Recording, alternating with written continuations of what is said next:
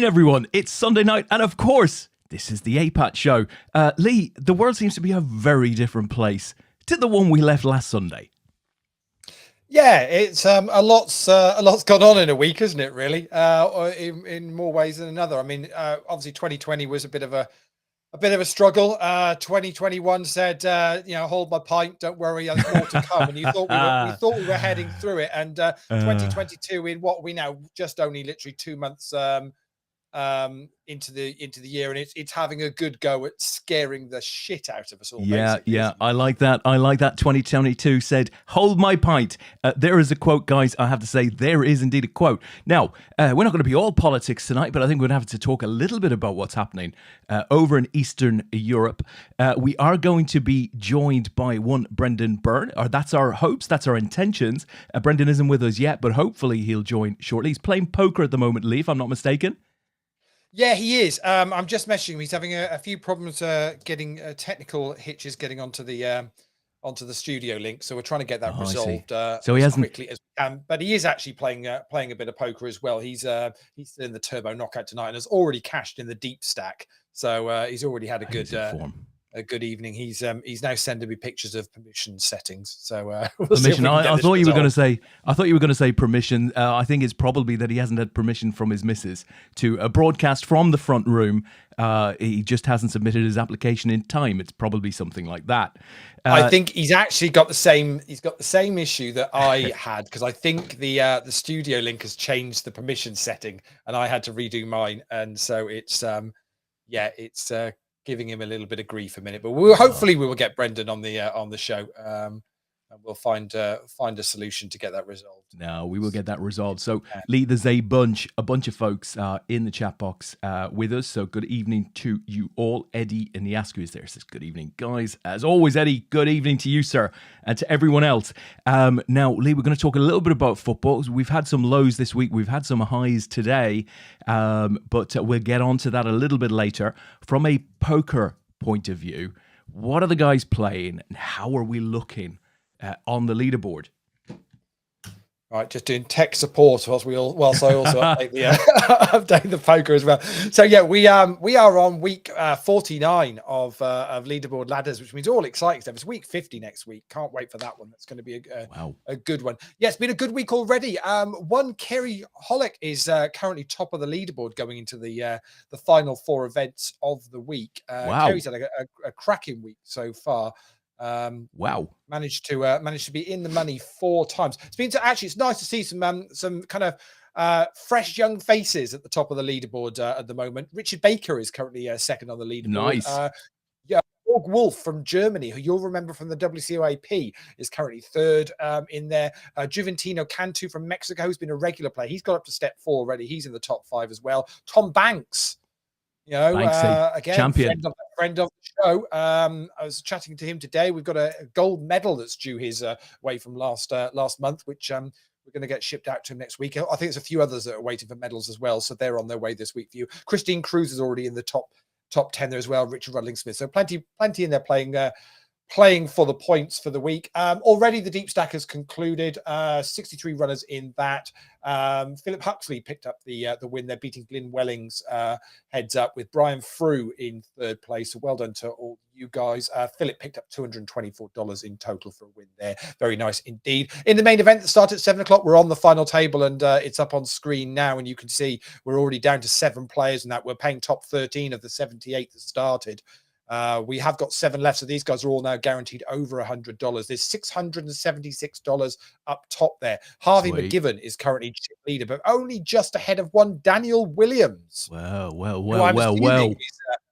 APAT's very own Dan Williams. I'm assuming that's the case. Eddie Niaxu is also on that final table as well. The PLO started at 8 o'clock. 27 runners in that tonight. We're down to 8, so that's just about got to the final table. We're paying top 5 in that. Just missed the guarantee tonight on that one. So Richard Rudling Smith is still in there. Paul Haycock is still there. Robert Bostock is in there. Tobias Swintek is there as well. And finally, the Sunday Turbo Knockout. Now, I normally say, Des, $500 guarantee, no sweat. Well, it was a little bit of a sweat. No. We eventually got to 57 runners and $570 in the prize pool. We're paying top 9. So there's 22 of those remaining. Now, what I should say, and it's not the elephant in the room or anything like that, but I did say it to you before the show started. Not a single Russian player playing APAT tonight. Not a single Russian player in the lobby, which I'm not sure whether that's across all of Party Poker. I know it certainly isn't the case with Poker Stars, because somebody was playing on Poker Stars and told me that there are Russian players playing there. I wasn't expecting any Ukrainian players playing tonight, and we do have plenty of Ukrainian players that play our events week in, week out, and that's fully understandable why they would be sat playing poker on a Sunday night necessarily. But yeah, interestingly, not a single Russian player in sight in the lobby. Yeah, it's sort of, I haven't heard of anything, but it feels like it's a party action. I mean, there's no other reason that there wouldn't be Russian players on site. And obviously lots of businesses coming out in dribs and drabs with, various actions against Russia following their invasion of Ukraine last weekend. So yeah, it could be something along those lines. Certainly these online operators won't be aligning on this thing. It might be that some will take action today, some will take it tomorrow, and so on and so forth. But I would assume that some action will be taken. Yeah, I would have thought so. Yeah, it'll be interesting to see how it plays out. So, who have we got in the chat tonight, Des? So, as I said, Eddie is out there. Say good evening, guys. Glenn Wellings is there as well with another good evening, everyone. Same back to you, Glenn. Tony Ross, of course, is there. All evening back to you, Tony. We've got a bunch of other people watching on Leigh, so we can't necessarily see you guys from a name point of view. So if you want to shout out or anything, or if you've got something you'd like to talk about, and Leigh, there's a ton of stuff to talk about tonight. Not only, of course, do we have the disaster in the Ukraine, the Carling Cup final, or the Milk Cup final, as I like to call it.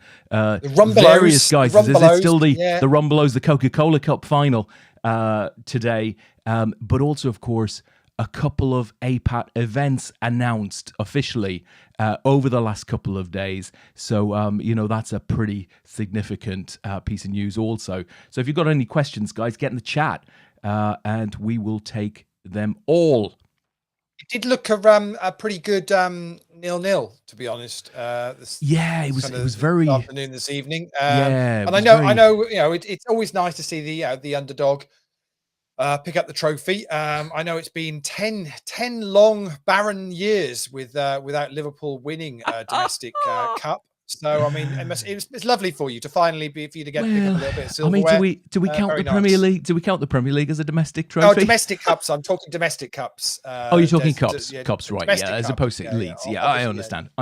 Well, we just haven't put the focus in on those things. But somebody said quad for a laugh at the start of the season, and we, everyone in. I'm in. So that's the first off. I have to say though, being as unbiased as I can be, I thought Chelsea played very well today. They're a very, very tough team. We've played them 3 times this season. They went down to 10 men in the first match, and I thought we largely dominated that, finishing a draw. Second match at Stamford Bridge a couple of weeks ago was very, very tough, and they give us a hell of a battle today. Liverpool a little unlucky losing Thiago, who was named in the starting 11 just before kickoff. So, Naby Keita had to come into the middle. Harvey Elliott then got promoted onto the bench. So, and we looked a little at 6s and 7s for the first 15, 20 minutes of the game. But thereafter, there were plenty of chances on both sides. Chelsea would have been a deserving winner. I think Liverpool were a deserving winner. No qualms there. It just went down to that dreaded penalty shootout. And that in itself had the most ironic ending that you couldn't possibly have scripted. Oh, well, it was very much, it felt very much like the United Villarreal Europa League one, where it came down to De Gea missing his penalty. Exactly interestingly, De Gea didn't get close to a single one of the 11 penalties that went past him before then on that night either. And I must admit, the penalties again this afternoon were superb. Absolutely you saw it, did you? Yeah, I watched the penalty shootout. Okay, it was absolutely fantastic. And the irony, of course, for anybody who didn't catch this, was that, Kepa, the Chelsea goalie, was brought on as a substitute with a minute left in extra time, effectively to face the penalties, a bit of a penalty expert. Now, he ended up conceding 11 out of 11. And that's no boast from a Liverpool point of view, because our young Irish lad, Caoimhín Kelleher, conceded 10 out of 10. And now Kelleher, of course, 11th to go, scored what turned out to be the winning penalty. And here is a clip of Kepa's 11th penalty for Chelsea. Let me just roll this for you guys. Keeper against keeper. Have it. Oh, yes. Have it. It was an absolute atrocious penalty. I mean, it just, as a goalkeeper, I don't know whether you practice penalties very often, but literally get your foot over the ball and head down and just get it on target at the very least. I mean, if the keeper makes a save, fine, fair enough. But to fire it over the, I mean, it wasn't a little bit over the bar. I mean, it was. Oh, it was fantastic. It was ridiculous. Would have looked fitting at Twickenham yesterday. It really I know was, somebody shocking. tweeted from the Liverpool end of the game, and they'd held their camera up facing the Liverpool fans when Kepa was taking his penalty. Now I'm sure they'd done this for a lot of the penalties, looking for that dramatic moment where the fans would go yay, for the win.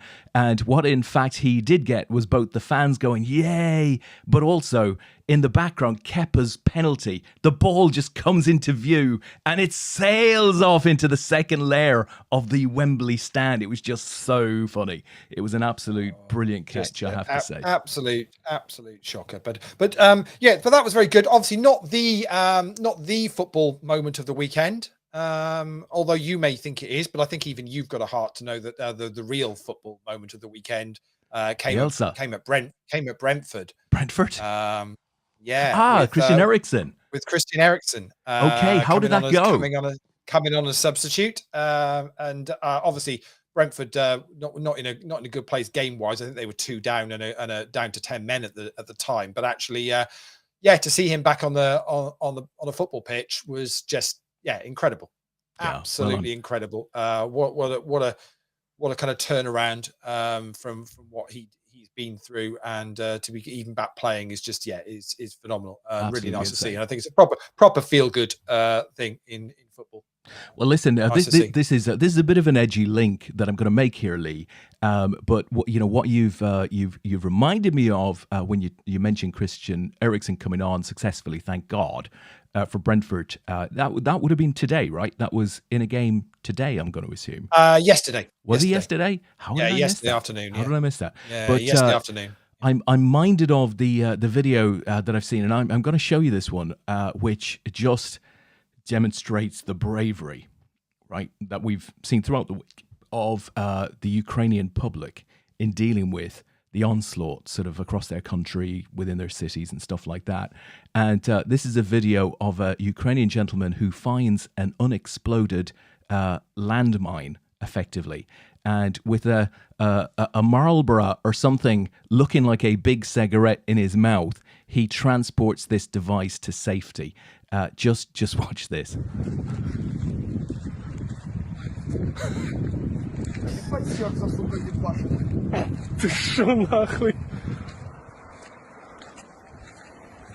I mean, is this not astonishing? Just crazy, isn't it? Absolutely crazy. Okay, he's going to go off into the woods there, but there's a gentleman carrying a live landmine, cigarette in mouth, no bother. Let's just get this off the road. Let's get this to somewhere safe. In this country, that would have required health and safety, visit. And rightly so. Can I just say, I wouldn't have been the one out there volunteering to move that thing. It would probably involve a robot of some sort. I'm guessing you don't have a lot of robots readily available in the countryside of Ukraine, but I just thought, wow. And, Zelensky, the president, is very impressive, both in terms of when he's suited up, sort of talking to Putin and the Russian people, but also, when he's in his army fatigues, sort of, apparently his background, don't you? Yeah, well, a lot of people are saying, well, he was a comedian for X number of years, right? But actually, prior to that, this is a guy who's extremely well educated. He was, a legal mind, they spin the line very easily of he played the president in a comedy. That's right, and all of us, but actually that because that's the headline, isn't it? But obviously, the guy is so much more than that. It's superb, very impressive. And sometimes true leadership skills can only come out in a crisis. And I think there's a guy that just won't be forgotten by his people, anytime soon, no matter how this thing finishes. Well, I love the stuff. I love the stuff like, obviously, because I mean, as much as this it was just absolute tragedy of events is playing out. Not that far away from us, but and what you're seeing picture wise, and obviously there's a lot of boots on the ground and conflict and fighting is, but obviously a lot of war these days is propaganda and through social media and whatnot. And it's interesting. I mean, some of the first stuff that came out of that was that he'd fled the country, and so he's straight on, Twitter live video going, I'm here. We're outside my offices there. We're not going anywhere, kind of thing. And but you're fighting on so many levels. As I say, you've got the whole kind of the actual conflict itself, but then you've got the propaganda that goes on behind the scenes, which is all aimed at demoralizing a nation and the people, and getting to the point where the people go, well, there's not there's not worth fighting for, and it's trying to actually stop that from happening is one of the toughest things to do in the world we live in. It's not like it was sort of 100 years ago in previous wars where that sort of propaganda was a lot harder to spread. Absolutely nowadays with social media, it's so easy to do. But look at Putin with his diatribe, about Ukraine being ruled by a bunch of neo-Nazis, a neo-Nazi government, effectively. I mean, how does one have the barefaced whatever to stand in front of a camera and actually make those statements that a lot of people are going to believe? Yeah, it's a really weird one. I must admit, I felt we were kind of we wouldn't see something like this in my lifetime. The kind of an invasion of this scale from a kind of what you consider to be a fairly grown up country. It just seems unreal that we've got to this point where they've just literally it is troops and tanks on the border, and all of a sudden it's go, and they've just decided to invade. Just frightening. And I think it's very easy for it to kind of just pass you by and just it's just another conflict. Now this is again is something which is so serious happening right now in the moment. I mean, it's pretty serious because, again, Putin looked down a camera lens a couple of days ago and basically threatened the West. If anyone carries out any sort of, campaigns against Russia, and, there was no great detail around what type of scale campaigns it would require. But the guy was sort of saying we're on high alert, and, we will. Well, I don't know whether you'll have picked this up, because I know you'll have been completely deep into the football this afternoon. I don't know whether you saw what happened about 4:30 this afternoon. Possible peace meeting in Belarus? No, pretty much the complete reverse of that. He's put nuclear stuff on effectively on red alert. So I heard that. I mean, I don't know if that's escalated further since I heard it earlier on today, but in any event, I mean, that is super scary shit, because we're only 800 miles away from some of those pipes. His grounds for it is because he doesn't really like what some of the NATO people have been saying, and he's really upset that people have decided to put some sanctions in against Russia, because that's not fair. Yeah, yeah. So it's really, really it's scary stuff. It really is. Wow. As you said, you never have assumed we'd see stuff like that in our lifetimes, but there you go. It is happening, folks. It is happening. Let's keep an eye out on that. And elsewhere in the world, you've got our old friend Trump, still in wonderment at how brilliant Putin is. What a genius he is. And obviously, none of this would have happened had the election not been rigged. I miss Trump, but crikey, he's a blot on the landscape, I have to say. Yeah, it's guys. Now I'm still I'm very wary that Brendan is still playing poker as well. So I think we may be on a situation where we'll get Brendan on a different night. If he may just pop up. He could literally be like the shopkeeper in Mr. Ben and just all of a sudden pop up out of nowhere, and and we'll be away to go on an adventure. I hope not, Leigh. I hope not, because I'm very easily scared at the moment. Very, very showing my age there with that one. But, listen, that reference. But anyway, we do have a couple of comments in the chatty. Mr. Clark is out there. One Mr. Clark from Scotland. Tom says, Kepa's pen has landed in Russia and they're claiming it as an act of aggression by the West. Yes, I could see that. Tom also says, evening all, of course. Any side events for APAT London? I'm thinking, Bounty? Do we know anything about the more complete schedule? Taste of paradise. So what I can tell you, so let's just briefly talk about what Tom announced this morning. So APAT London, as we're calling them for this season, is going to be at Aspers Casino Stratford from Friday the 1st of April to Sunday the 3rd of April. There's 2 day ones on the Friday night at 7 o'clock and on the Saturday afternoon at 1 o'clock. There are a couple of side events on the Saturday evening and the Sunday afternoon. Obviously, day 2 will recommence on the Sunday at 1 p.m. Couple of things to note here. First of all, we're running an online day 1 on the Sunday before on Party Poker. So that's super exciting for you to have a shot at that. And I guess the second big thing is that we've tweaked the structures, which now means that everybody that makes day 2 will be in the money.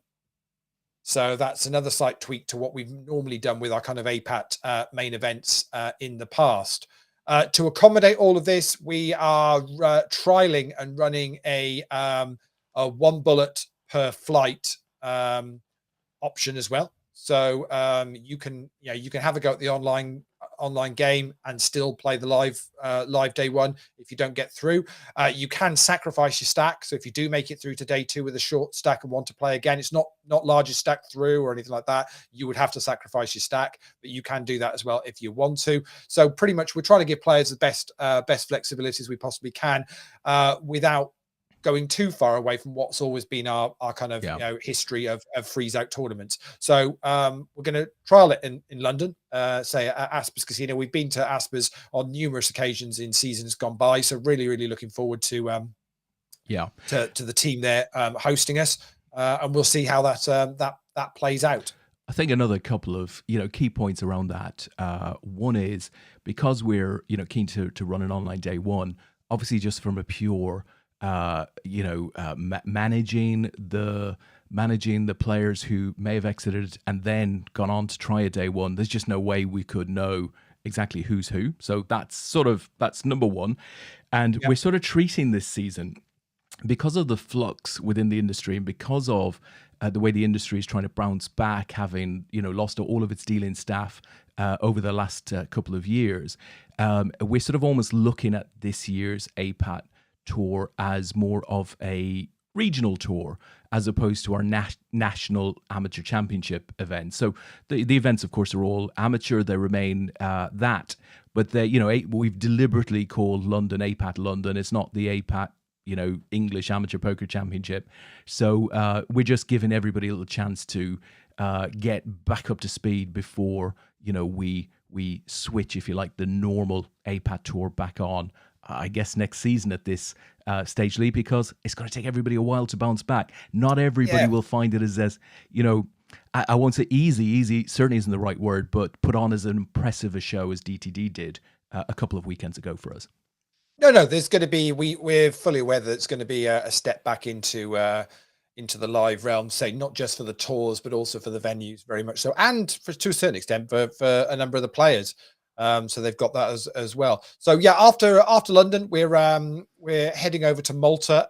For those that have been to the Malta Poker Festival in the autumn, I think probably the last one would have been maybe 2019 now, I think probably would have been the last one that would have run. That we put a fantastic event on over there with Yvonne and the team, and Yvonne has extended the Malta Poker Festival to 2 festivals a year now. So there's going to be one at the end of April, beginning of May, and then another one in the autumn. So very much we've continued our partnership with them at the Portomasso Casino over in Malta. So that's going to be running from the 30th of April to the 1st of May, €120 buy-in on that one. And that'll be a straight freeze out, 1 day 1 into a day 2. Everyone that I know that's been over to Malta for a poker trip, just raves about it. Absolutely raves about it. So if you've not had a break for a while and fancy a quick trip aboard to play a bit of poker, I can highly recommend worth doing. Heading to Malta for a weekend. There's a full schedule of events on there. Just go and Google the Poker Malta Festival, and you'll see you'll see all of the schedule of events there that you can play if you wanted to go out there for longer than just the weekend, but well worth it. Tom's going to be out there representing APAT, so there will be a friendly face out there as well if you need any help or support if you're out in Malta for that particular event. But yeah, if you can get out there, highly recommend that one. It will be a cracking week. I've got a couple of questions in the chat box, Leigh. I'm going to pitch this one to you first from Mr. Ross. Can you play the online day, not qualify, and then play live day one? Now, I think you've answered it, but just re-qualify. Yes, just to re-qualify. Yes, yes, you can. So basically, the London event, there is going to be there's an online day one, then there are 2 live day ones. You can play all 3 of those if you want to. It's basically each day is its own individual free zone. So it's only 1 bullet per day, but you can play multiple flights, but you will forfeit any previous stacks you've made through from day 2. So if you get a stack from the online day 1 and want to play one of the live ones, you will forfeit that stack and go again. But ultimately, you can fire all 3 if you want to, and obviously capacity permitting is the other thing that I would, and we are going to be on a cap at Asper's in London for the live day ones on the Friday night and the Saturday afternoon. I think the cap is going to be about 160 each day. So yeah, that is one to bear in mind. But yeah, give it a go. If you can get through on the online, great. If not, then you can always have a go live instead. Yeah, perfect. Carrie is out there, Leigh. She unfortunately has had a tragic day of poker. Good luck to everyone still in. So that is going to damage her chances in the leaderboard, I would think. Certainly of possibly, but we have seen players that have been in the clubhouse, right? Yeah, exactly. We've been that are in the clubhouse, supping a G&T, waiting for the rest of the results to come in on a Sunday night, absolutely. And then find that actually nobody else gets enough points to get above you. It has, it's happened on numerous occasions. So but at the very least, she's already done enough this week to guarantee that she's going to be in the top 20 and is going to go up a step and pick herself up at least 1 ticket for a week's effort. So plus 4 cashes means I think she's probably had a reasonably good week. By the sound of it. So Carrie, in about another hour, maybe just over another hour, you'll know. She also goes on to say, how can anyone miss Trump? So I think we miss his infamy, the infamy that surrounds him, as opposed to the man himself. He is not somebody that we infamy. They've all got it in for me. They've all got it in for me. And apparently it's Carrie's first week of doing the leaderboard ladders. Wow, that's a good debut. I'd have said that's a good debut. Carrie says George has scored and he was in 3rd, so that's okay. Well, it depends on how much he scores, I guess. Yeah, he's picked up 30 points for his 7th place finish in the deep stack.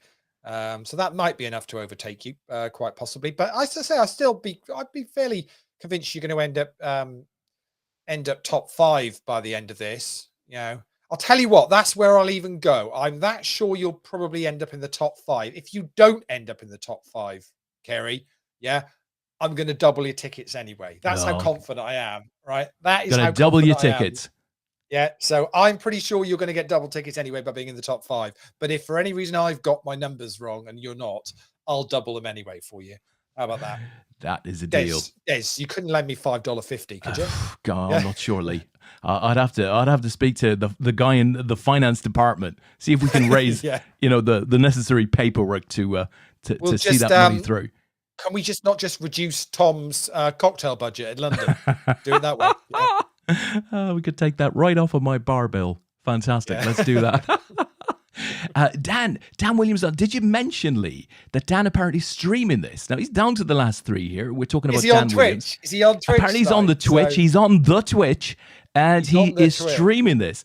Now, we should briefly mention the Twitch, because we put a little subtle announcement out with regards to Twitch Poker, which we now run and control, which is exciting. So we're going to do some fun things on Twitch, I think, going forward. We've been doing some stuff on there in the past, but is there anything you would add on that, Leigh? In respect of, well, obviously, people will have known that you and I have been involved with twitch.tv/poker for the last couple of years, and now that is part of APAT. So yeah, really excited for all the content that we're going to be looking to produce and get out there. And obviously it's going to be one of the platforms where we're also going to roll out the Transform My Poker free training that we spoke about a number of weeks ago as well. So really exciting times with all of that. If you're not already on Twitch, say it's costs you nothing to set up an account, and it costs you nothing to then follow the channel, and then you'll know when the channel is live with whatever content there is that's out there. So it would be great to get your support if you can. If you just go onto twitch.tv/poker, you'll see the channel. You'll see some previous videos and other bits and pieces that are on there, and it's very easy to just either subscribe or follow the channel. And show your support for what we're going to do in the coming months. Looking forward to it. That's very good. Listen, I've had a question in the chat box from Tom Clark. Tom's been very busy in the chat box tonight. He says, or he asks, really, do you have to take your clothes off while streaming? Leigh? Are we referring to Dan? That's what I'm worried about. Is that what we're referring to? No, I don't think so. I just made all of that up, Leigh, to add a bit of brevity to the evening. I'm just going to try and see if I can easily. So I've got Dan's stream. You won't be able to share. Can you share Dan's stream easily or not? You can't, can you? Well, I tell you what, if you put it up as one of your, alongside the tables, maybe we could just slide it in there for a minute. Yeah. Let me see if I can do that. Shall I go to the both of us while you play around with that? Yeah. Do that for a second. There we see go. If I can, There we go.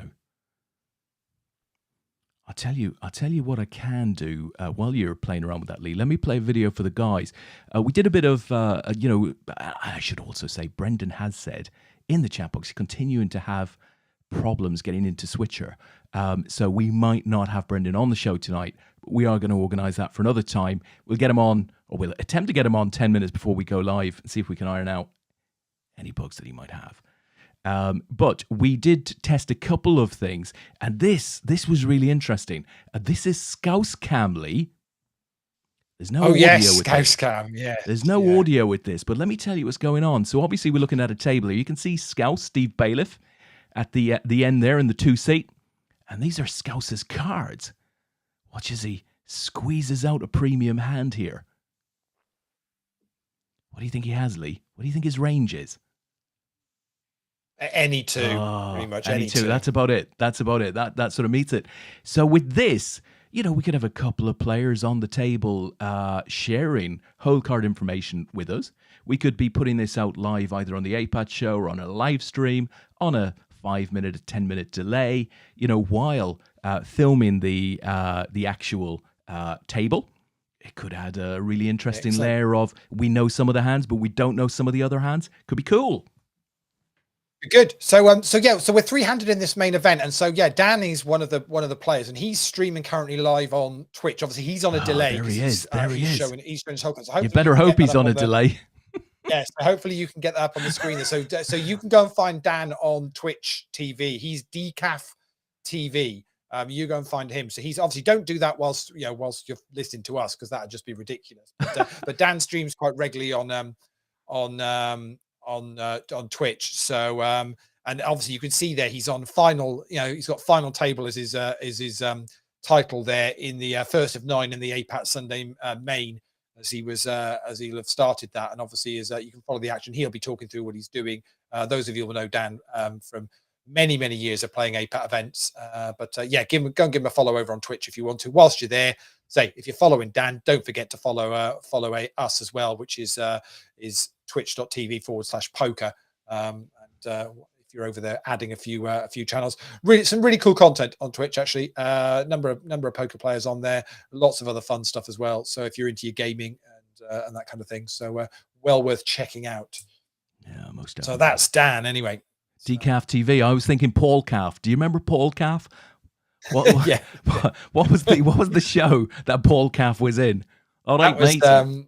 Was he a Liverpudlian or a Mancunian, or it was something 70s? I'm thinking it was Steve Coogan, wasn't it? Was it Steve Coogan? Yeah. Steve Coogan was Paul. I just remember the name. Calf, wasn't it? Yeah. So. Fantastic. Lovely. So we're down to 3 actually- here, Leigh. Eddie It's looking actually interesting short. watching because I'm assuming Dan was on a Windows computer, which means the tables are all different to what I get on my Mac. I'm not sure what's been updated and not been updated. It's as regarding software, it's an interesting one. Carey just says I've just followed Dan, so there we go. If nothing else, we've added to Dan's followers on good. Twitch, so he'll be That's happy good. with that. So Tom Banks has offered here. How did this song go, Leigh? I'm gonna make an attempt at this. You don't have to take your clothes off to have a good time. Was that the song?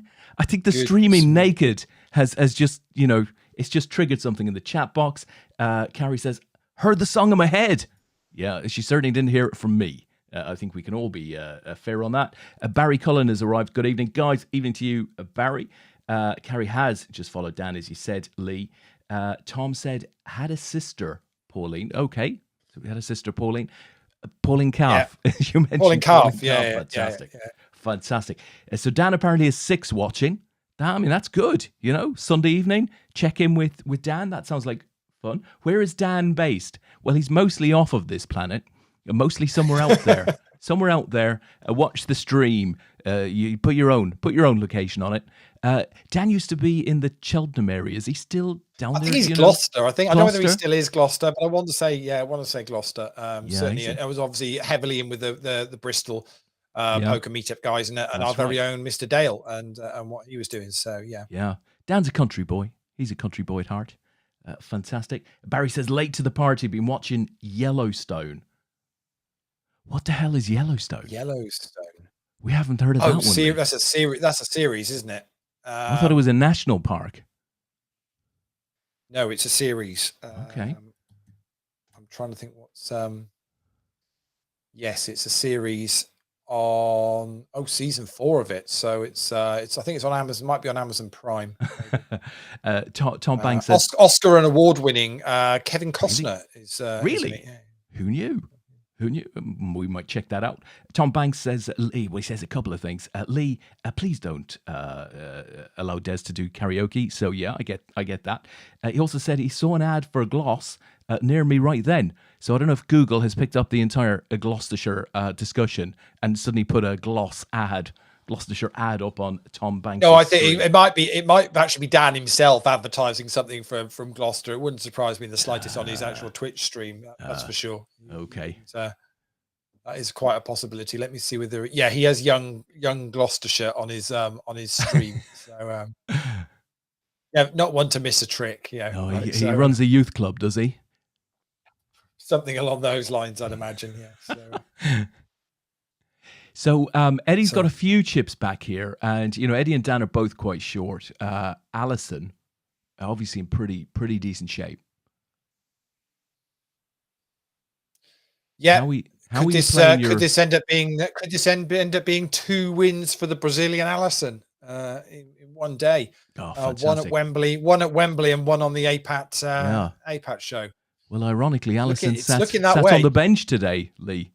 It's looking that way. It is a weird one with these the keeper thing. I must admit, I thought it was genius. I thought it was genius from Klopp to show that level of trust in a player who was in the under-23s last season. The lad started the competition, played all of the rounds, played well, saved penalties, and Klopp said, "Look, if you make the final, it's your game." It was brave. Yeah, no, it's very, very interesting to say the least. And it was good. It was a good game from what I can gather. Lots of chances. I mean, probably Chelsea could have easily been 2-2 at half time. Yeah. I mean, there were lots of chances. A couple of offside goals, and Chelsea at the post at one point. It was just remarkable that there weren't goals in the 120. Yeah, they'd all sat and watched Man United versus Watford the day before and gone, we'll do it like that, shall we? I mean, that's what the hell is going on there? But listen, before we talk about Man United, I just want to say, I was so happy when it finished. I didn't enjoy it. I found it very, very difficult to enjoy because it But do was you add edge so of out your of seat curiosity, as a Liverpool fan, obviously it's you know, it's been 10 years since you won a domestic cup, so obviously I can understand the pressure that you will have been feeling, and the anticipation of maybe you could finally break that duck after 10 years.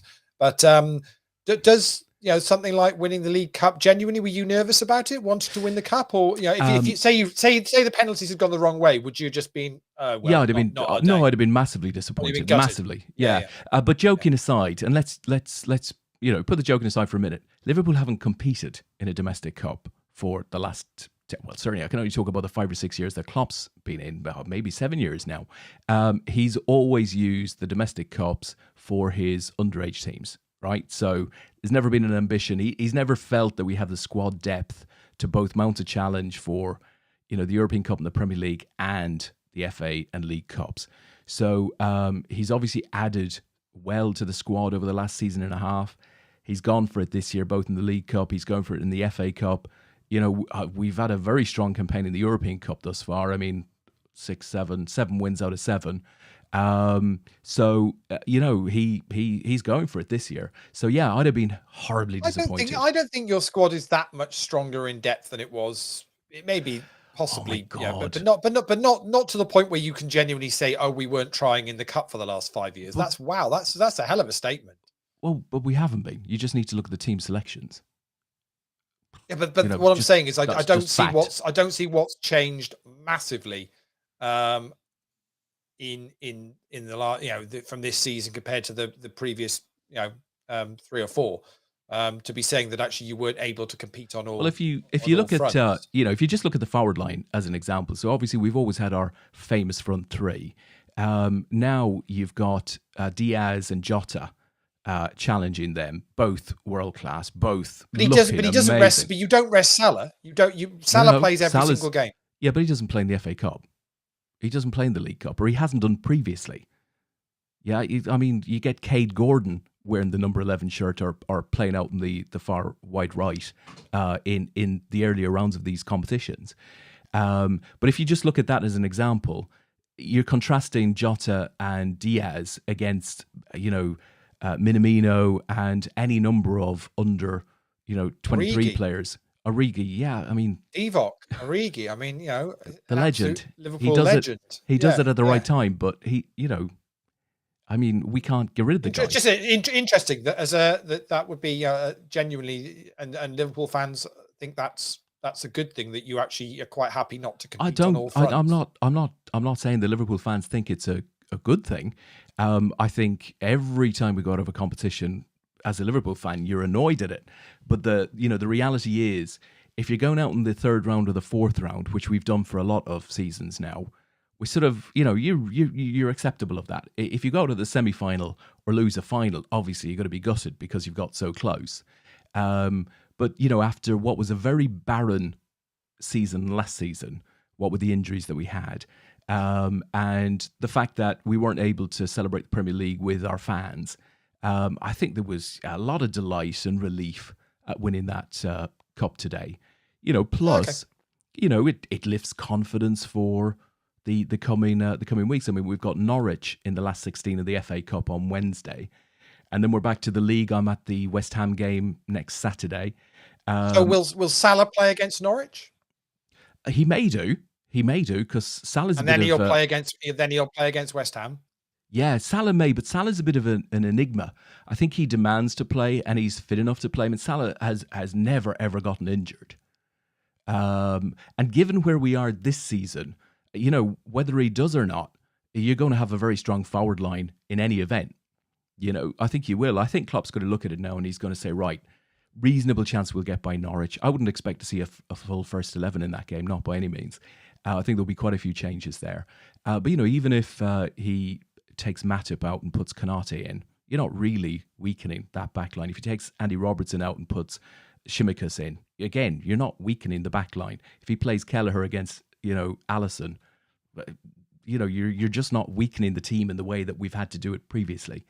So yeah, feel good that we could maybe run to the semis and see what the draw brings then in the FA Cup. That could be cool. It's fascinating to hear how just watching Eddie with aces there, and is going to double up through Alison's nines.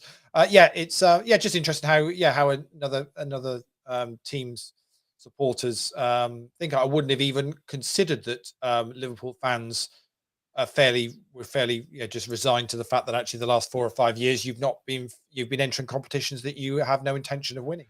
But again, I think because of team selection. But I get it. Listen, you need to listen to what I'm saying. I'm not saying that at any point a Liverpool fan would have been comfortable with losing those games.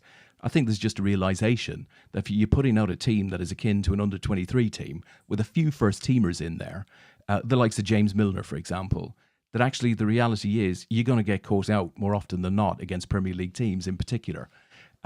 That's just a fact. Oh, but that's fair enough. But when you say it's not the fans thing, but you're obviously saying that Klopp's made those decisions that that basically he's been showing very a complete lack of respect for the Carabao Cup for the last 4 or 5 seasons. I mean that's a headline there. That is a headline there if ever I heard one. It really is.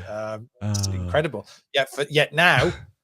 Now he wants to be the Carabao. Oh, he's all over the Carabao now. I'd put it ahead of the Premier League myself. Yeah, tell you what. Yeah. It's a shame though. I tell you what, Leigh. Give me a three-handled trophy every day of the week. I tell you what, whatever about the Milk Cup, I used to really love the FA Cup, and it's so sad to see the FA Cup that it's gone through some hard times. But the reality is, it was Man United, of course, who first. Put the death knell into the FA Cup. Oh, but having to play the World Club Championships and being told you couldn't. Well, I say it was United. I mean, it just happened to be us as a team that were in that situation. Dan's all in with Queen Jack. It's going to need to hit a spade or a queen or a jack. Gets the jack on the river, wow. which is a double up for Dan. So both of the short stacks have now doubled up through Alison, and Alison's gone from Chip Daddy at this final table to short same stack as Dan. Yeah, remarkable. So same stack as Dan, and Eddie's got the chips. Yeah, obviously, that was the you got to go and play in the World Club Championship, which is just a farce of a competition. Look at us, 2 years ago, Liverpool had to play in the semi of the World Club Championship. The following day, we were playing Aston Villa in the quarter-final of the bloody Milk Cup. Incredible, Techers. And we put the under-18 team out there because we brought the best under-23s to Japan. Got stuffed about 4 or 5, didn't you? It was 5-0. Because winning the World Club thing is supposed to.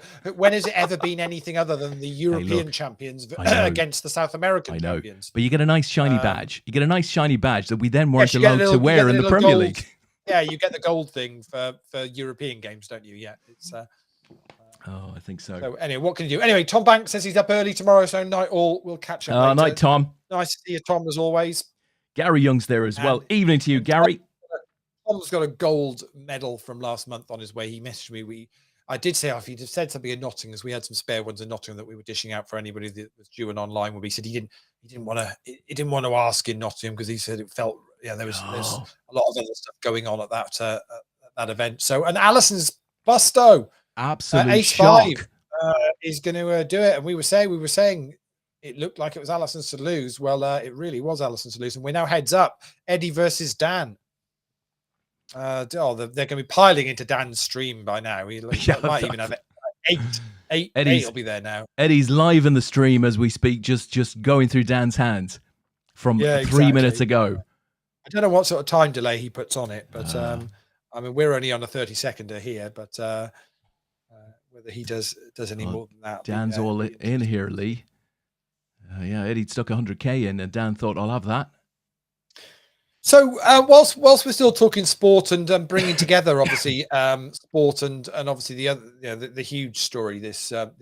So what do you make of the sporting sanctions that have been being thrust upon Russia this week? I mean, just a couple of the headline ones that we've got.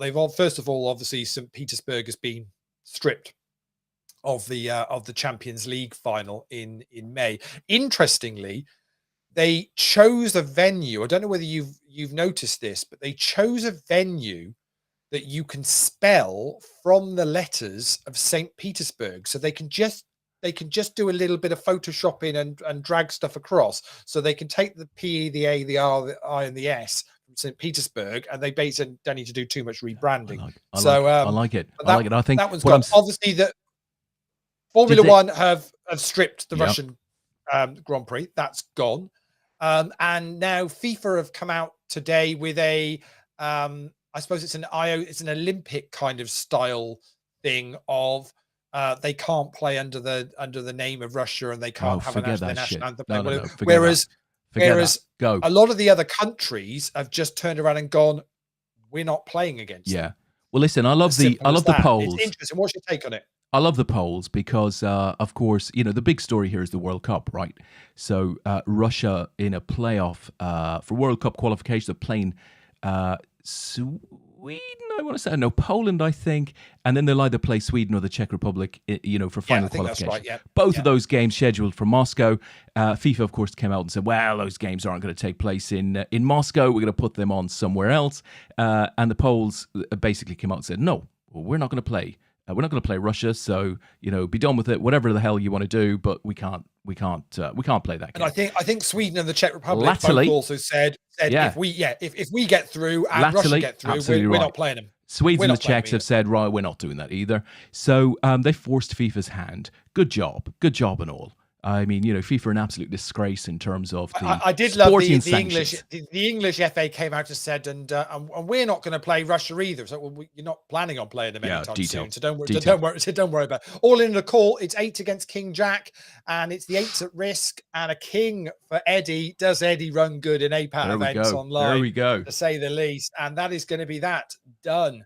Wow. And Eddie scoops the win, picking up $676. Nice job. Dan Williams and his plethora of Twitch followers will have to settle for second place, $436. Nice job, Dan. But very nice indeed. And Alison Martins from Brazil, who we mentioned earlier on, finishes third, picking up just exactly $300. So very well done to Alison.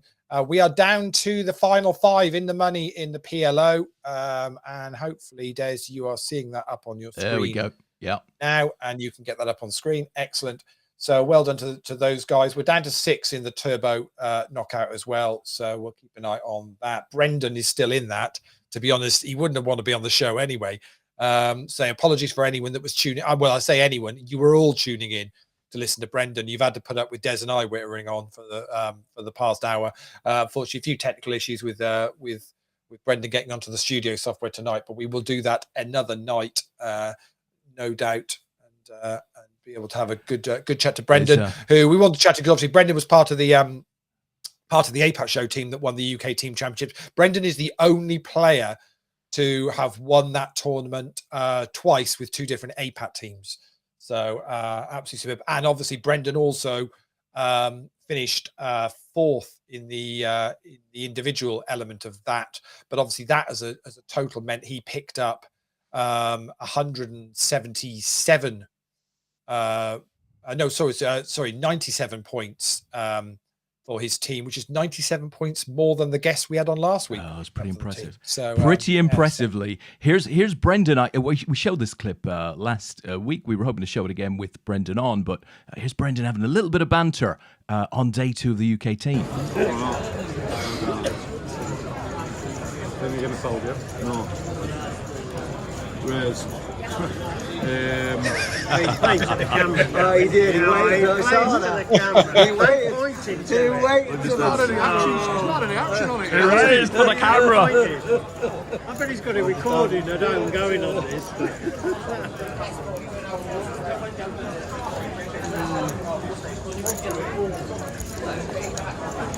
He didn't play the cards. He played the camera. Oh, he showed the camera. What, really? I don't know. Keys. There you go. He raised for the camera. Brendan and Ken McBride. I tell you, it is such a new. It's such the future of a game. That's the way we're going to do it. Basically, you don't need a shot clock. You basically you could only make your decision when the camera is on you. I seriously think there's a future in that game. I really, really do. We are 5 to the hour, so players are on the break. So we've got 5 left in the PLO. Just to confirm that Brendan is now chip leader in the turbo knockout. So there's 6 to go in that. Just picking up, Carey made a comment Well done, Brendan Byrne. That's 60 more points than myself. Now, I'm in the APAT show WhatsApp group chat. You weren't allowed into that. I didn't get an invite. What? I didn't get an invite to the team or the WhatsApp group? What the hell? No, it's shocking. I know, shocking. But don't you people know I've got a hat? A really interesting point, though. Yeah, a really interesting point was made this week. They were chatting about different bits and pieces, and Carey's saying, "Oh well, I only scored, 37 points or whatever." Blah blah. It's only that, and I think it was Simon pointed out and said, "Well, we only won the overall thing by 35 points, so your 37 points were pretty damn important." To actually getting them across the line, and it's how that whole team event works. Is that everybody does their little bit in whatever way it might be.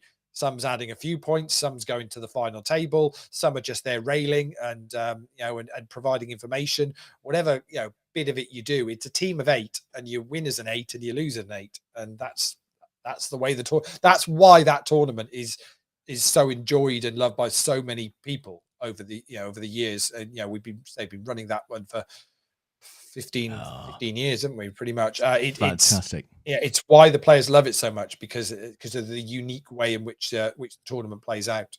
Oh, Leigh, hold on.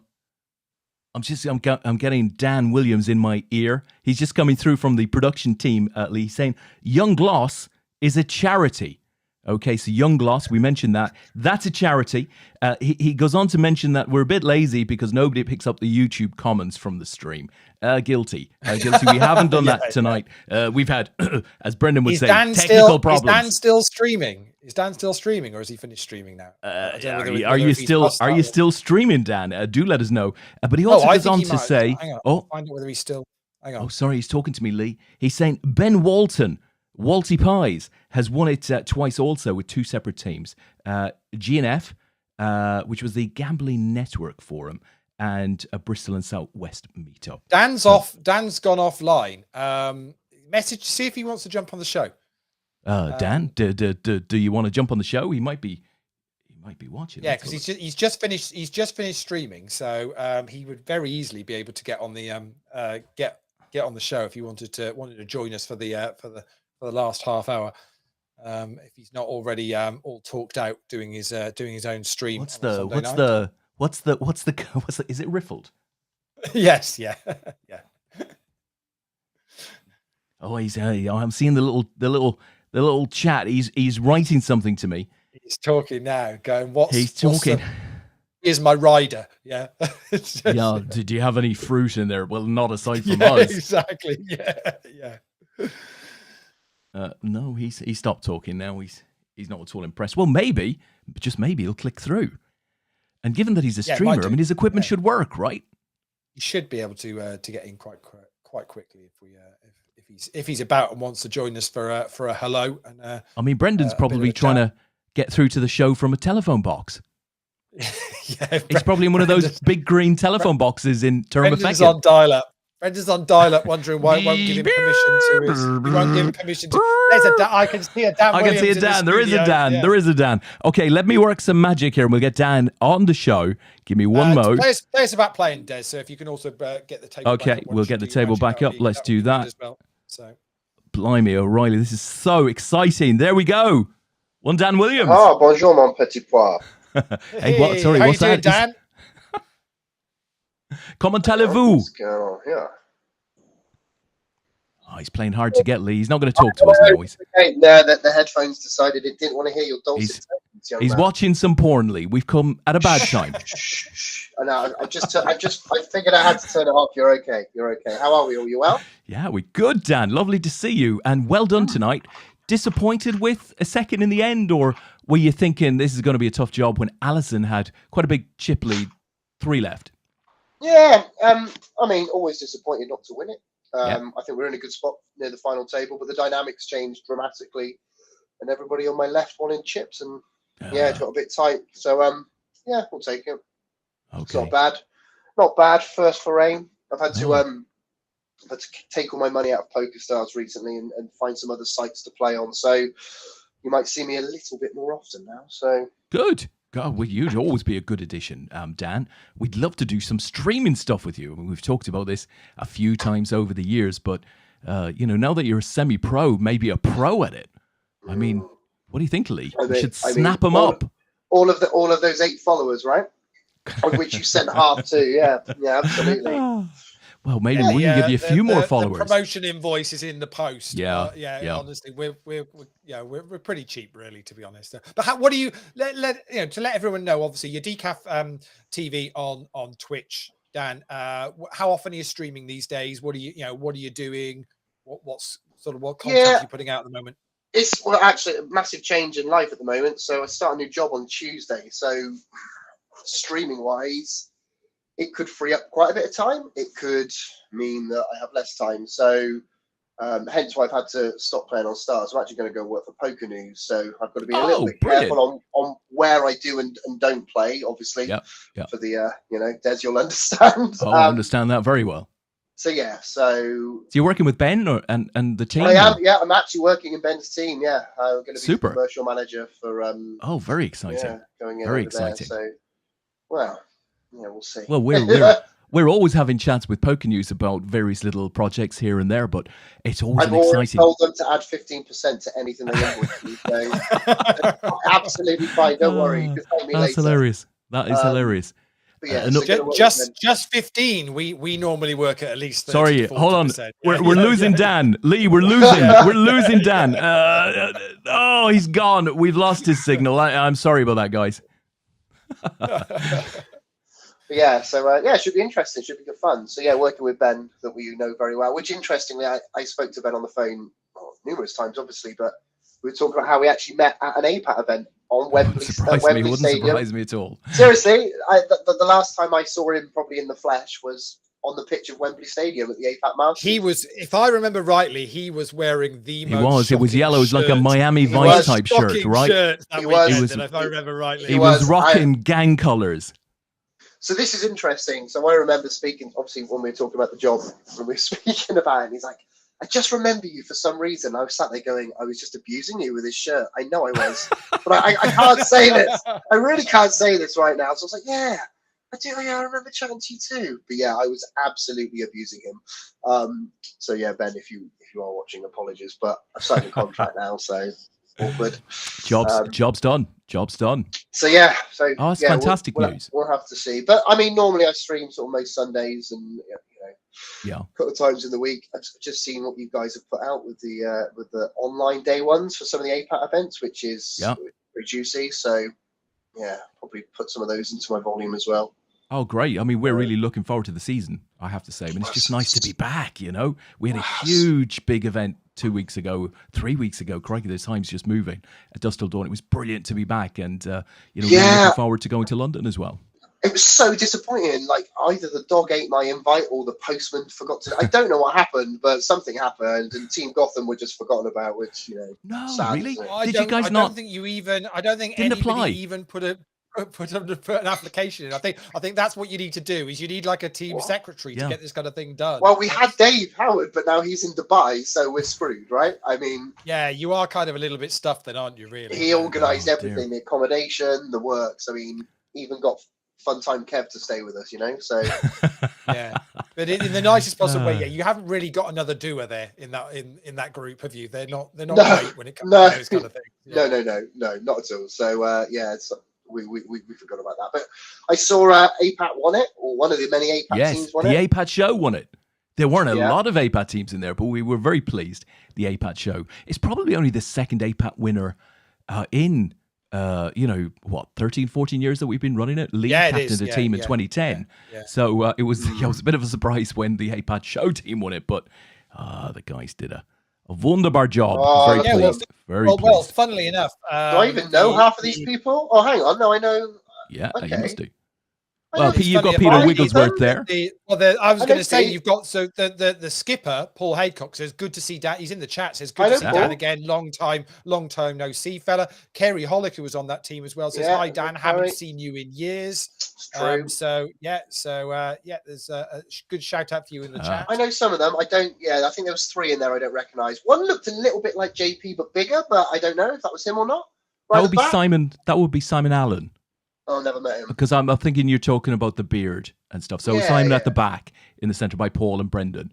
Yeah. A great player. He has had a really good run with us online And over the ginger last lad? period. Who's this guy then? Tom the Bacon on the Tom That's Bacon, Tom Bacon. on the Tom left. Bacon. And then Tom, you might not know. On the, and you know Peter Wigglesworth on the right. I know Pete, yeah, and I know Yeah. Jay Lee.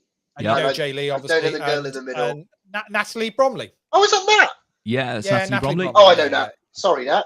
You look very different. I mean, it's been, 8 years, so I suppose everybody looks a bit different. Sorry, are you okay, trying to say that Natalie looks older? Is that what you're trying to say here on a live stream? No, Let's just get actually, his if you want eyes up on screen there, Lee. me- If you want me to be completely honest, looks very good. There you go. Is Well, my we'll get him wife in more listening? trouble. We'll get him in more She's- trouble. We don't want to do She's that. not listening. She's not No, listening. no, no. It's fine. Listen, guys, I've got one thing to say to you, right? See if you can pick up on the link, right? I'm going to try and do justice to this lyric. I'm going to Graceland, Memphis, Tennessee. I'm going to Graceland. Any idea what the link is? Between who? What? Well, what we're doing, what we're streaming at the moment. I'm going to Graceland. Omaha? No. Come on, Lee. You're a quizzer. You can do this. No, I'm paying no. I'm trying to do something else. I'm paying absolutely zero Oh, attention to what no. you're My telling singing me. is just wasted. It's wasted on you people. There on the Omaha table, Paul Simon. Paul Simon. Yeah. Fantastic. Ah, Great right name. there. Okay, very good. Now, I assume the H Very is for obviously a surname, but yeah, I'm going to Graceland. That's what came to my mind. I mean, is this what you're working with every week, Lee? Oh, it's really, Yeah, it's pretty really, much. Yeah. it's really very little, Dan. I have to say, very little. Oh, bless you.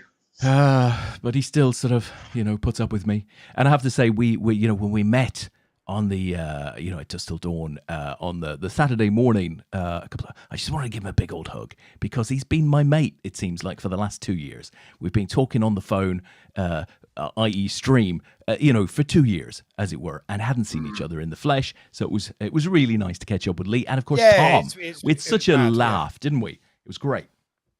Yeah, no, it's absolutely it's great to see everybody back and thoroughly enjoyed it. Listen, Haycock is in the chat and he says, "Paul Simon is me, you clown."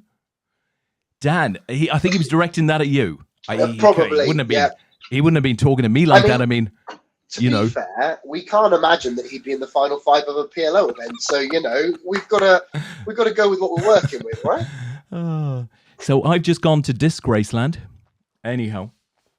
And There you Carrie go. said, Yeah, that's- "Didn't know your middle name," as if that should be a thing. Shall we share middle names? Dan, what's your middle name? James. James. Lee. Yeah, James as well. That's me. Snap. Yeah, Joseph. yeah, absolutely. Maybe next week we should all call each other by our middle names. That could be fun. I struggle to remember your first name, Des, most of the time. Don't give me a challenge. Come on. You're just referred to still as the leader of APAT. That is all you'll ever be referred to as. John Murray says, "The way Dan looks straight at the camera sometimes, it feels like he's looking at me and can see what I'm doing." Oh yeah, he's got that murderer look, hasn't he? I hadn't noticed that. Oh, Nobody yeah. wants to know what John Murray's doing in the comfort of his own home. That is for certain. Turn down the light in your room there a bit, and you could be a young Bundy. Oh look, there's Ben. Holy Jesus! I see myself and Kundalini. Yes. Ken Yeah, I was Bundle. going to say, let me see if I can quickly get this into a There's that form That shirt, shirt. yeah. That on shirt. the screen. There we go. Oh. How about that? Is that? Oh, I tell Yeah, you so- what. I'm you go. laughing, and I'd met him for 10 minutes at that point. I'm still giggling. Yeah, that was outside the Pele room at Yeah, Wembley. I bought him that drink. I'm sure I did. That's not true. That is not true. Des, I've not seen you open your wallet in 12 years. Oh, I so tell you what, I'm not no even way. allowed one. The problem isn't with me; it's with my much better half here. She's just, she has me on a tight rein, Dan. It's just the way it is. I've learned to accept it. You should learn to accept it too. Well, I'm not quite But, married yet. Not quite married yet. Oh, so- neither That am I, was, Dan. But she that still was- has me under the thumb. That was a hell of a week. That Wembley event. I don't think we'll ever see anything quite like that again. I really don't. for anyone that got to experience any part of it or whatever, it was just a phenomenal. It was great, wasn't it? To be involved in, yeah, it really, really was. Just to get to go, to be walking down the steps there and get to walk out onto the pitch and play poker under a big inflatable dome. I mean, even for anyone that wasn't there, to try and explain it to somebody, you can't. They're probably thinking, "What the bloody hell are you talking about? That sounds just completely insane." But that was pretty much it, Dan, wasn't it? That was what it was superb. like. It was one of those things, though, if we're being very honest, like the spectacle. You walk on the pitch, you've got all these domes, and it looks phenomenal. And then Let me see if I can bring another. You go take your seat inside the dome. There you go. And it's literally like playing inside in like one of those inflatable tennis courts. Just like, there you go. So that was the pitch. That was the pitch at Wembley. That's what we were all playing on. Just another couple. Well in that, Leigh? I did all right. Yeah, I did. Okay. No, he didn't. He didn't do well in the APAT event. No. Didn't do well in the APAT. He did well in our side event. Never got into the APAT event. No. So, but yeah, that was just a phenomenal experience to get to look, Leigh, to do that. A couple of things about that event. A couple of things now. There's lots of things, but a couple of things. One, the event. So APAT were on the pitch alongside many other poker organizations between a Springsteen concert and the European Cup final. Yeah. How ridiculous! Right. That was the schedule. Yeah. Springsteen, APAT, Champions League final. It was just insane. So that was quite novel. What else? I had a really weird discussion with Rob Young fairly recently, probably like about 3 weeks ago, where I sort of had the joy of telling him that APAT made a little bit of money on that event, and just watching his face when he was thinking about how much that cost TTG, the whole thing. Nobody else made any money on that thing. And the third thing that I wanted to say is that you did actually have quite a decent run in the side event, didn't you? The ISPT itself. How deep? How deep did you go? I finished 16th, I think. Oh wow! And that was a very high profile feat. Matt Dale had a really good run as well. Yeah. Matt did very well. I think we swapped 10% of each other, myself and Matt, if I remember right. Wow. Matt had a decent run as well. So. I was great. We were going to, but by the time he got over to try and talk about it, I doubled up. So I said, no chance. We're not doing it now. So does that mean if you final tabled the side event, I final tabled the main event? Is that? Yeah, pretty much. Yes, yeah, that's okay. how it works. That's how it works. Yeah. We were chatting to Glenn Townsend at Dusk of Dawn about it the other week. That was Glenn's first ever updating gig. Poker updating gig. Oh wow! When he was working with Rich Prue and the blonde guys, blonde poker guys, and that was his first ever experience of a poker event for doing live updating up and down those steps to the media room. Yeah. But for those that were only playing, they didn't get. I say what Des and I got to experience from the weekend because we were behind the scenes as well. We were effectively based up in the press box. At Wembley, right up in the top, where we were all the presser for the event were, and you were up and down the steps all the time, trying to do updates and whatnot. It was just an absolutely phenomenal experience to get to drive up to Wembley each day to play poker. As I say, I don't think, Dan, it'll ever be quite repeated. It's no. And I think that's probably best for all parties involved. Yeah, I think that probably is the case. Now, of course, talking about big poker events, interesting time coming up this year because for the first time in a long time, a change of venue for the WSOP. Schedule got announced this week, and obviously it's moving from the Rio to Paris and what used to be Bally's, but it's not Bally's anymore. It's been rebranded to the Horseshoe. Yes. So it's going to be the Horseshoe and Paris. So any thoughts on that, Dan? Have you had a chance to look at the schedule? I mean, is it something you would plan to go out and play at some point this year, or not really? Well, I think with the new role, I'll be spending most years at the WSOP working. So that's something. But does that mean you can get to play event number one? Yes. You get to play number one. You get to play number one. Yeah. I literally I was speaking to Ben about this like a couple of days ago. He was like, he needs to get rid of stars. I was like, fuck's sake, that's hassle, that's effort. Okay, no problem. But you can play an event number one at the World Series. And I was like, whoa, that's difficult, isn't it?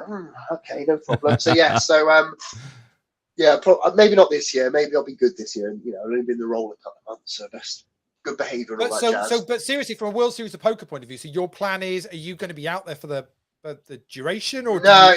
So Ben and I would be over there for kind of 4 to 6 days, really covering mainly the 3-player parties, GG party and Stars.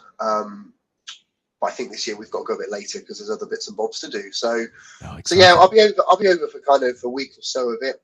And me and the wife have agreed now, and she suggested this, which is ridiculous. We're actually going to get married in Vegas in 2024 during the World Series, probably. So yeah, awesome. I don't know how I managed to swing that. So that'll be like a quick 10-minute job. Come on, then off you go. Go and take the kids somewhere. Go and have a look at Red Rock, and I'll catch you next week. It's a plan. I mean, we've seen a few. Is that an exclusive? Have we got an exclusive on the APAT show? Does anyone know that? Or is that? I mean, I don't think anybody cares, but we'll tell them anyway. That's harsh. But, people will care. And there's going to be congratulations in the chat within the next 30 seconds. I mean, are people just saying, "Fantastic, Dan's getting married." Obviously, there's going to be a lot of disappointment from people as well, saying, I know John Murray's going to be heartbroken, isn't he? Yeah, absolutely. That will be the case.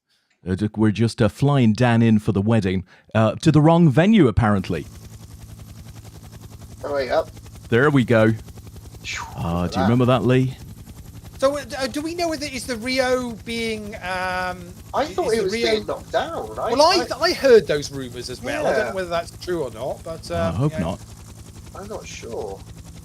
Oh, I miss it. I've only been once, but I miss it. What a place. Well, I tell you what, you're not going to miss. I never really got the Rio vibe.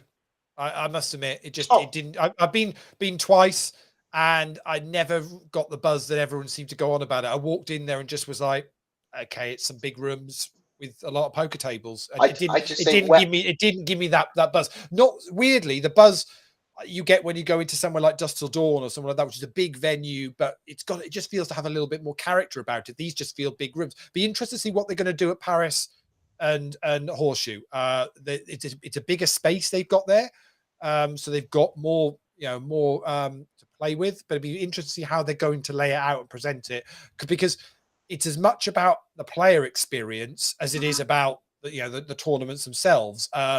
People want to be able to buy into that.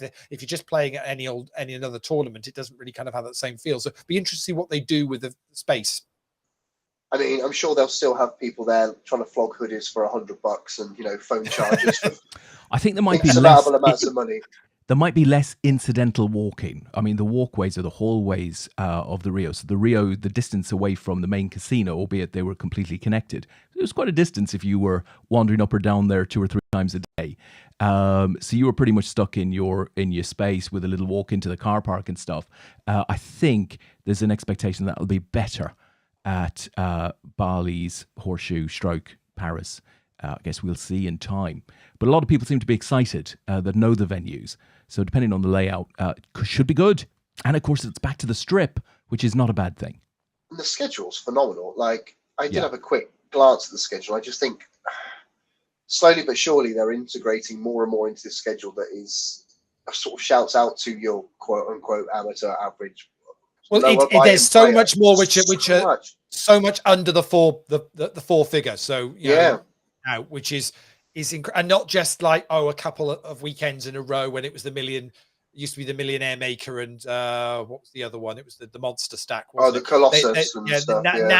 Now they're kind of spreading them out across the whole thing. I mean, we're talking about maybe going right towards the end potentially in July itself, and there's still if you went out for the last 10 days of the series, there's still loads that you can play out there. Have you had a look at the other series around the Strip as well?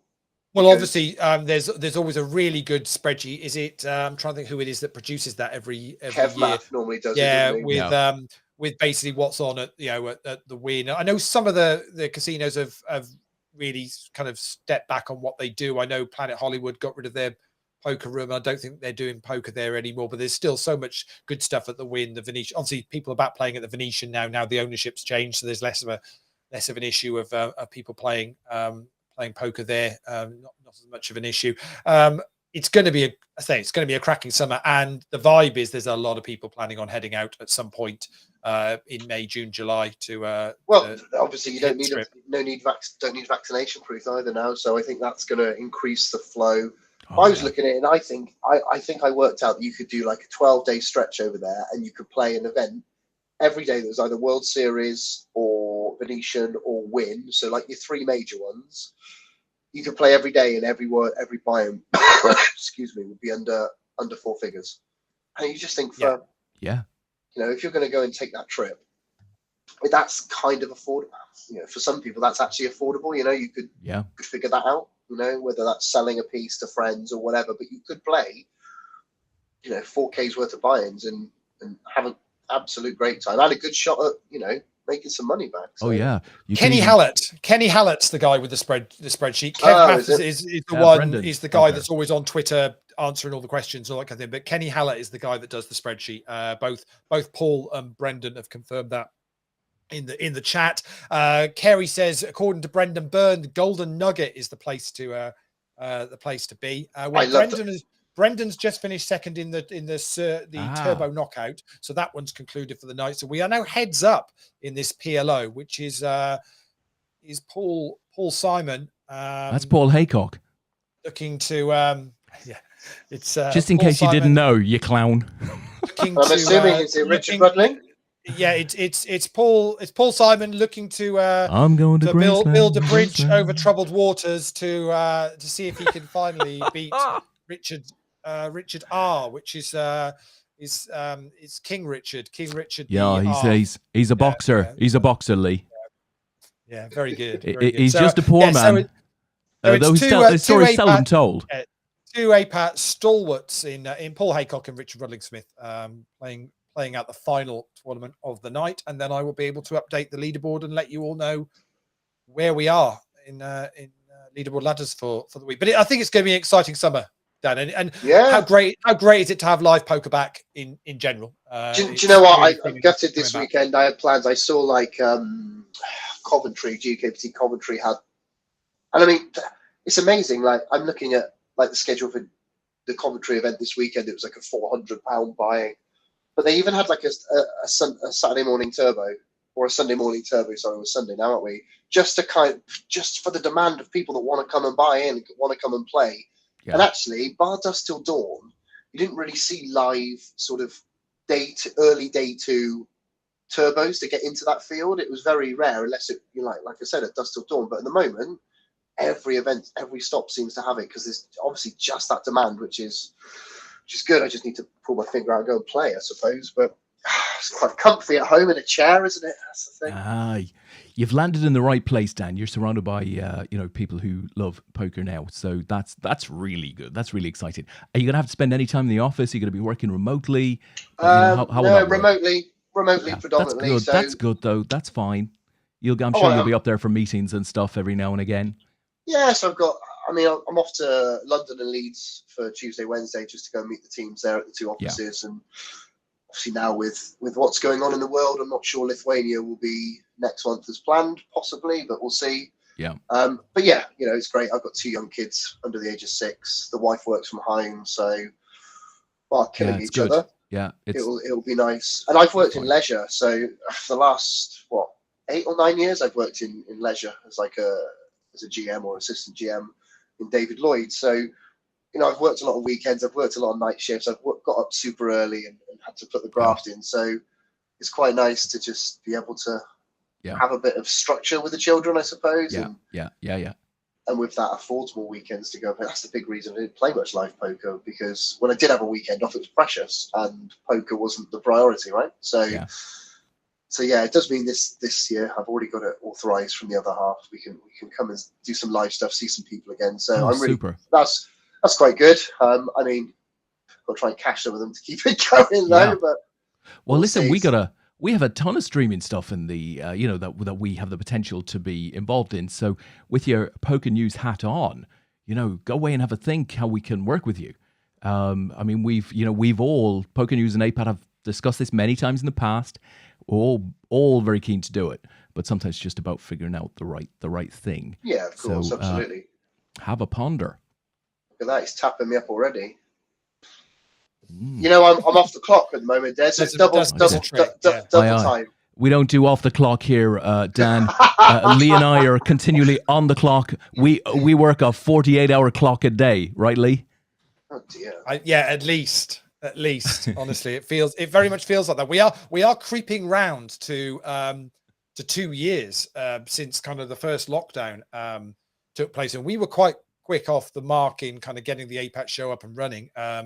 And we're now comfortably, I think, over 150 episodes of kind of this little chat, weekly chat that we have with whoever wants to come on board and talk about the poker and what's going on in the world and everything else. And it's so nice. Yeah, it was lovely to meet everyone the other week. But the amount of people that came up to us and just said, really appreciate, what you guys do with the show and everything, and it's kind of brought people together when times have been a little bit tricky, and it's nice now to be able to get out and start meeting up with people again and getting back to some live poker business. I'm really excited for you, Dan, with the role and everything. I think it's going to be a great year. I saw somebody in the chat says you're very brave planning anything for 2024 at the moment. That's a good point. What's going on in the world as to Well, where we're going to be? I suppose either which way I'm dead, right? So it's fine. But no, I mean, it was interesting. Like I was reflecting. Excuse me, I've got this cough at the moment. Kind of week, sort of last week with this, and it's like crazy to think that 12, 13 years ago I was like doing a bit of live reporting for you guys. Doing a bit of when you're trying to do the live stream and the presenting and stuff, and then you come full circle, and now I'm working for the global leaders. It's like bloody hell. Yeah. I mean, everything you've learned, you've taken from us, and that's truly right. Everything you learned, and I'm still crap at poker after all of that. Everything. Yeah, he still can't. When it gets heads up, he still doesn't know what to do. Still the bridesmaid. Still the bridesmaid. Yeah. Deary me, yeah, that is about right. You say that, Leigh, but I'm pretty sure I'm going to say 2007, we awarded Dan. I'm pretty sure, Dan, you were on the Bristol and South West team that won the first UK team. Tell me yes. Or were you on GNF that weekend? I won it back to back with GNF. Yeah, okay, there you go. Yeah. There you go. So that would have been 2008. You weren't the. I was not the orange. No, you weren't the EasyJet winners, the very first winners. No, absolutely not. You wouldn't catch me wearing orange. No, it's bad. It's bad for my complexion. I don't know. They stuck in the memory, I have to say. Yeah, no, not me. I can't remember what years we won it now. I'm going to say 2008 because I'm sure you went back to back, i.e. Matt's Bristol group and then Matt's GNF group, I think won in consecutive years. I want to say no. It was 11 and 12. Wow, was it that late? 11 and 13 technically, right. Because it was January. I think you did it in January in 2013. I'm looking at Hand and Mob. I'm cheating if I'm honest. January. Yeah, what he means is he's permanently got his own Hand and Mob profile up on his screen. It's what he's saying. It's literally a post-it note. That's it. It's his desktop saver. It's his screensaver. In the same way, if ever we have a problem with the show, if we're ever going to lose anything on the stream, I've got a YouTube clip of some tournament that happened at Dusk Till Dawn that I can just literally I just put that straight on. Not a problem whatsoever. Sit back, get the popcorn, folks. Here we go. I won't spoil it for you. Yeah. Unfortunately, all I have is this video of Tom Brady delivering medals.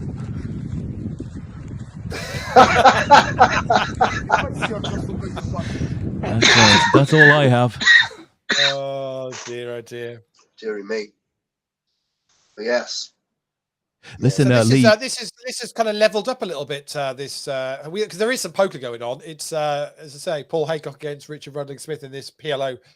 Which is very rare. It's the PLO, the last one to finish of the night, but that's where we're at. Should just summarize that they're playing. So the guys are guaranteed $245, and first prize is $410. So they're playing for about another $150 here. I mean, it's interesting actually because I just looked at this. They are really shallow as well, so you'd think that it wouldn't be too difficult to get these chips in. But yeah, blinds are at 17 and a half, 35k. So. We're about to go, in another 7 minutes, we're going up to 2040. So, yeah, as you say, it's not, Paul sat on what about, I suppose he sat on about 14 bigs. Is he something like that? What we got? Roughly. What's it, 35? No, yeah, there's only, Yeah, so 13 big, something like that. Yeah, So, but in this, that's only really pre-flop and 2 streets, so you'd be surprised. But it seems to be pretty passive. But I suppose it's difficult, isn't it, when you're this shallow? I was actually discussing some of this in my stream just before, talking about stack sizes and how we need to adjust bet sizing accordingly to make our stacks visibly deeper, even though obviously monetarily they're the same. And PLO makes it much harder because you can just click that little button. yeah, there is a slight kind of a thing adjustment in this as well, in that Richard needs to, if Richard wins this, he tops leaderboard ladders for the week. If he finishes second, And what does that do? Sorry. it gets him triple tickets for the week. So leaderboard ladders is you get points if you cash in the tournaments for the week, and if you finish in the top 20, you get an added value ticket. Yeah. If you finish in the top 5, we double the tickets. If you finish top of the leaderboard, we triple your tickets. And the value of your tickets depends on what step you're on. So if you're in the top 20, everyone starts on step 1, which is a $5.50 ticket. If you get into the top 20, you move up to step 2 for the following week. If you're in the top 20 again, you move up to step 3. If you're out of the top 20, you drop back down a step. And basically the tickets go $5.50, $11, $22, $33, $55. Yeah. So for the week, this week, Richard is a step 5er. He's on $55 tickets. So if he wins this tonight, he'll be on triple tickets, which means he'll pick up $165 added value for the week. Okay, but he's already got locked up 100, so it's $55 equity basically. He should already be top 5. Yeah, he's going to make top 5. So, but basically, he's playing for an additional bit of added value as well. And what's up top in this? 410. 410. Yeah. So whereas Paul hasn't played much this week, and so he's on step 1. So he's only on a $5.50. So and he's not going to dent the top 20. So he's making a difference for him. Whereas so that's another reason why Richards obviously is. It's not just about this tournament, but actually it's also picking up the prize. Some of the guys have picked up some lovely added value over the past year. This is week 49 of leaderboard ladders. Okay. And we give away over I would suggest over 100 tickets a month added value. They range from anything from $5.50 to $55, depending on what step the guys are on. Anyone can do it. Nothing you need to do. As long as you're registered with APAT, play the events. We do the leaderboards. They're all on the website, and you're away to go. Play as much as you can in the week. 16 tournaments in total throughout the week, 2 a night and 4 on a Friday. On Sunday, sorry. Yeah, to be fair, I tend to play them Sunday. You just wouldn't know because I go out quite early, which is fair. And I didn't realise until maybe last week or the week before that there was feeders into the main event each week. Yeah, $3.30. You can actually get in from 33 cents on if you want to, which is just insane. If you can get through a couple of the satellites, then it's well worth it. Well, I think last week was the first week I could play when it started. Didn't have to late reg. I was looking at the stack sizes, going, "What have I done here? What have I registered to? Have I screwed up?" But no, it's good. I think it's a great schedule. I've had a quick look at it sort of this week. Again, deciding where I need to move my volume to because stars isn't allowed. So I think a lot. But there's some nice stuff. There's also we still managed to get a couple of fixed limit games in. So there's a fixed limit Hold'em. There's a fixed limit Omaha High Low tournament as well. There's a heads up tournament, mix max, bounty tournaments. So plenty for everybody. It's $5.50s on a Monday, Tuesday, Wednesday, $11 on a Thursday, Friday, Saturday, and then the Sunday is the $33 ones. And then once a month, those main events on a Sunday are also medal events. So there are championship weekends as well. They're the 55s, aren't they? Yeah, I've seen those. Yeah, but we've been running them in 2022, just keeping them at the 33s, just to be understanding of the fact that people have got a bit more to do in the way of cash flow at the moment. Well, that's it. That's it. It's done and dusted. Paul Simon has done the business, and so that's going to mean Richard is going to have to settle, I think, for second or third on the leaderboard. I'll just update that now, Des, and then I can give you a final final position for the week. Bear with me 1 second, and I'll be there. As Leigh is doing that bit of maths there, Dan, we should just clarify. So, Pogan, still part of Flutter, right? Mm-hmm. So, because stars are also part of Flutter, you can't play there simply because it's a group company, right? You're all part of the same group. Absolutely. Yeah, so there isn't a poke and use conspiracy against stars. The other thing is, I've had a look at this YouTube chat. There's some great stuff going on there. You were obviously in there. Noble One was there. Liverpool got lucky. Liverpool laughed my ass off. Des jinxing Mo Salad. I don't think you two look at the chat. We hadn't been looking at the chat on YouTube. We've got to be guilty there. We are looking at the chat on Facebook. Good game, guys. Snapper is useless with tech. I can vouch for Dan. Des and Leigh don't read the YouTube chat. Lol. Leigh, sorry. I think I'm beginning to wonder who Noble One is. It all sounds rather familiar to me, but I have put a smiley face. You know who Noble One is, don't you? Well, who is Noble One? I mean, well, you'd have to go back to APAT. Not Mark Noble. Forum days. Mark guess, Noble. No, not Mark Noble. But who's Noble? Yeah, you'd have to go back to APAT. APAT forum days but it is a Mark that used to be on the APAT forum. Not from assuming... Norwich? No. So yes, was he an Everton fan? Heavily involved in. Yeah, I remember Mark in APAT on forum. So. Yeah, so that's so nice cool. Nice to see him on cool. YouTube and doing that. Is the forum not going anymore? Am I missing something? Well, it is. No, it's there, but everything's kind of moved over to Facebook and people tend to chat in there. Standard stuff. Do you know it's just the way it's gone. So. My Facebook account has about 5 friends on it. I had to set it up to put something up for work about 4 months ago. I never use the platform, and every time I try and watch you guys live on that, it says you need to install the app, and I'm like, nope. So I go on YouTube and I add some comments, and you just ignore me. Well, you can do greatly. You can go on. You can watch us on Facebook group. If you're on the APAT Facebook group, you can also follow us. But you can't chat. You can't. Well, chat no, actually, that's not true. There's a platform development that has gone through. And let me tell you the interesting sort of quandary that we've got. If we connect to just Facebook and YouTube, so to 2 different channels, then we can pull in the chat from both of those. We can put that chat up on screen. It's got names and everything. So actually, that's really, really good. But right now, we're broadcasting out to Facebook, YouTube, and Twitch. So with 3 channels, we can't do that. So we might just reduce that down to 2, but then you're cutting one of them out. So we need to figure it out. Is what we need to do, really. It's a good problem to have. Cool. Right, Des, the table should be there for you if you're Let's able have to a look. Let's put it up. There we go. Bring up the poker table, and you can see the necessary. There. So wow. How close was that? Did I tell you? I told you, Carey in the clubhouse was top of the leaderboard going into today. Didn't add any more points. She's ended up losing out by what's that 0.6, 0.5, 0.56. 33rd. From Jorg Wolf from Germany. So Jorg is going to pick up the 3 tickets. Wow. He's on step 1, so $5.50. Carey picks up 2 lots of $5.50 tickets.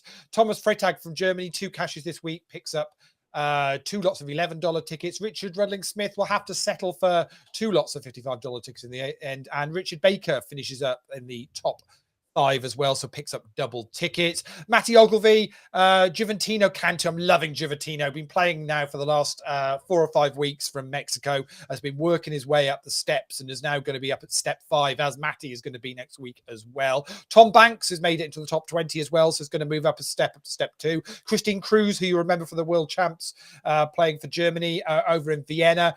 Christine had 3 cashes this week. She's going to move up to step 2. Gary Young moves up to step 3. Then we've got another load, which are going to be up to step 2 next week. Kluwer, Adam, Dietmar, and Dean. Brendan Byrne makes it in the top 20, back up to step 4. Eddie moves up to step 4 as well after a win tonight. And look at that, in 21st place, Tony Ross, the king of leaderboard ladders. That's like a relegation. Probably had more tickets in the past 6 months from this than anybody else. He's going to move down a step, Des.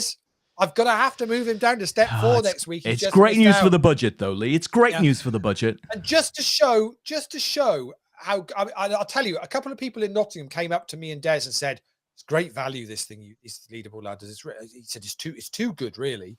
And we don't work. We're fine. We're happy giving away tickets. But Dan, as Dan pointed out there, Dan is in 33rd. He's only played 1 tournament this week. Yeah. and finished second. Couldn't see it home. Couldn't see it through. But second place is not bad. Average. But finished 33rd. So 64 points. Only 16 points off getting in the top 20. You don't need to be playing every single night, all the tournaments, to get up on this leaderboard. If you can get a couple of cashes in the week, you'll do enough to get in the top 20. You can then do that 2 or 3 weeks on the bounce. All of a sudden, you're playing for $22, $33 tickets, added value.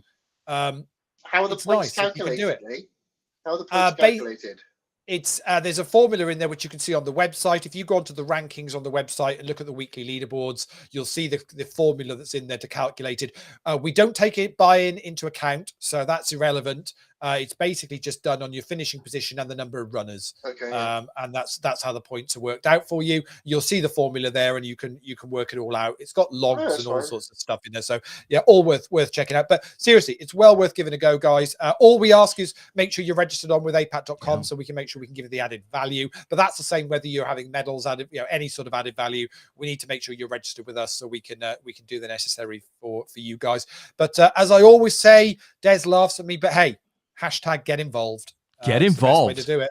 Get involved. Best way to do it. Well, listen, guys, let me just finish up a little bit. We'll tidy up the chat box before we do our exit piece.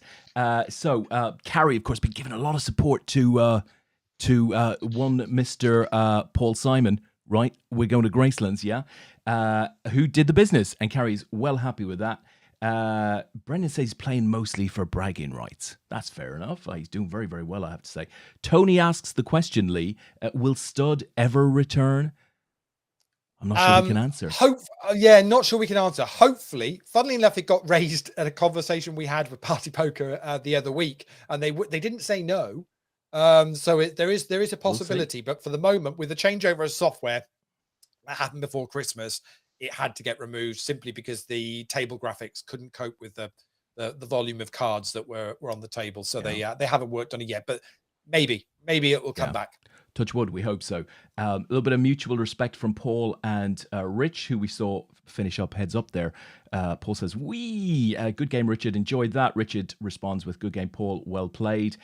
Carrie says, good game, Richard. Carrie also said, I knew George was going to beat me. So she knew that was coming. Thank goodness for fixed limit tourneys. So Carrie won our fixed limit tourney earlier on the week. She did. I saw a post on the Facebook, yes, which was fantastic. Yeah. What else? What else have we got? And we're going to finish up with a good sort of comment. Gary McBride, great show. Love watching while doing a night shift. Good for you, Gary. Thanks for that. We enjoy a bit of support, and hope the rest of the night shift goes well. So, Dan, thanking you, sir. We didn't have you for near long enough in the end because you always shine a bit of light when you come and mix with us, I have to say. So hopefully we can do it again.